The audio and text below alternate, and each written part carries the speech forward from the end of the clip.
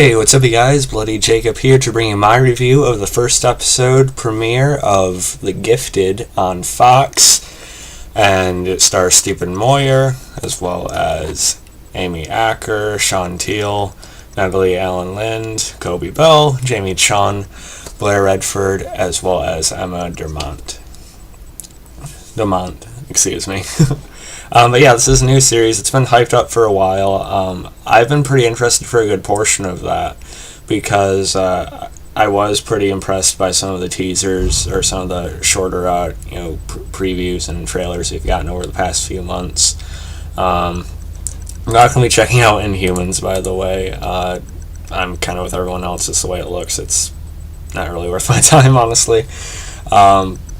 But The Gifted, on the other hand, I gotta say, it's fairly well done, especially compared to that. And the pilot, I think it's off to a better start than most people expected. In terms of pacing, it is pretty good. I was pretty happy with that because they usually, certain other shows have stretched out this whole family escape thing, towards the end of the season or something. They could have had a whole season about the kids realizing they had powers and trying to hide in a regular school or something. But no, they don't make it as so by the numbers and slow as that. Of course, Stephen Moyer and Amy Acker, the parents, they find out that their kids have abilities. Stephen Moyer's character, Strucker, the Strucker family, Reed. He's this prosecutor. He puts mutants away that have actually done harm, some kind of criminal offense. So he's put in a rough spot, but we quickly see that his devotion to his family goes over his job, which immediately makes us sort of like him and want to get behind him and believe in him. So he gets in contact with a certain mutant group, a resistance. And this does exist in an X-Men universe, but it's in a version of it where the X-Men have disappeared or something has happened to them. So we're not going to, I don't think anyone expected it, but we're not going to be seeing Jean Grey or, Wolverine popping up in it. I do kind of hope we get some kind of explanation of what happened to both the X-Men and the Brotherhood, though, even if we're just told by someone. I don't know. But yeah, I did enjoy this pilot. All the performances are pretty solid throughout. In particular, I think Emma Demont's character, Lorna, Polaris, as she could be known as, I actually think and found her to be the most interesting.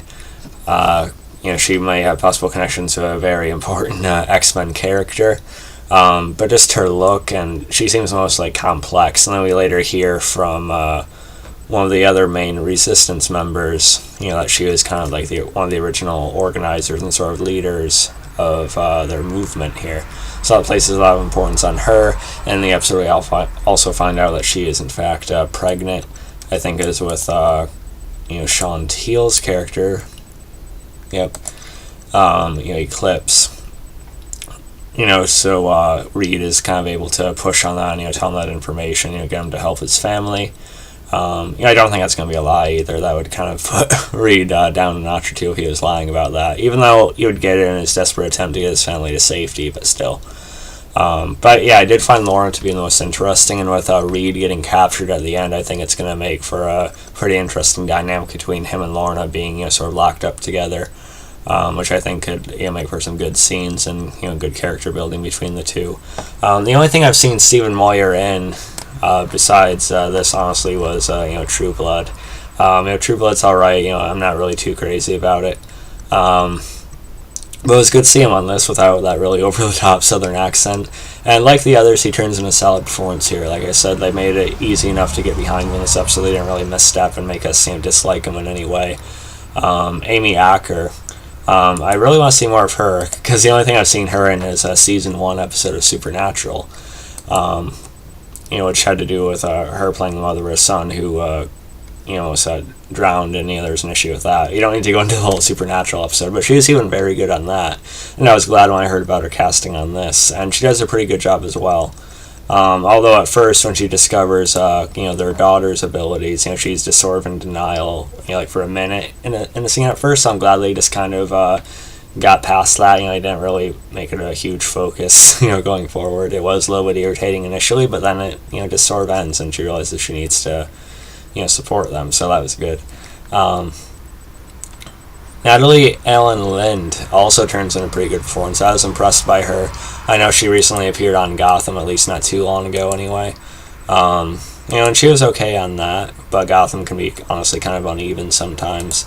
And she gives one of the best performances of this episode, where her mom, like I said, Amy Acker, comes in, and they kind of have a confrontation over that, and then as well as Kobe Bell's character, Jace Turner.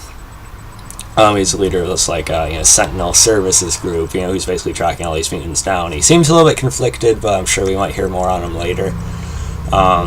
Reed also seems to have some sort of familiarity with his work too. But yeah, when she protects both herself and her little brother, and her kind of breakdown before that with her mom, I think actually had some really good acting there. So she did a good job. I think the boy playing Andy, he's picked on at school, and he sort of lashes out at some of the bullies. Good for him. He does fine as well. I was surprised. Then we also have Jamie Chong as Blank. She seems to be likable enough. I did find Sean Teal, Eclipse, Marcos to be a bit bland. I think they could have picked a more interesting actor, to play, Lorna's love interest kind of thing. But he does come across likable. I just sort of want to see him do more, and I'm sure we will. So yeah, I did enjoy this. I like the cliffhanger of, I almost called him Bill, but of Reed getting shot. Of course, we know he's not dead, and we see the previews. It looks like it's going to be pretty interesting, like I said, with him and Lorna being stuck together. Oh, excuse me, I'm sorry. I apologize. But yeah, so I thought that was a good cliffhanger. Like I said, there are a lot of shows that have had a much slower pacing with this whole thing getting set out. But the show didn't do that. It took a much more exciting and engaging pace to this opening episode, I think. I won't guarantee that I'm going to review every episode this season, but I do like enough to probably watch more. And when I do, I will do my best to get a review out. I thought this was a pretty good start, pretty good first episode. I'm going to give it about an 8.5 out of 10. And so you can follow me on Facebook, Twitter, subscribe. I'll catch you guys next time. Peace.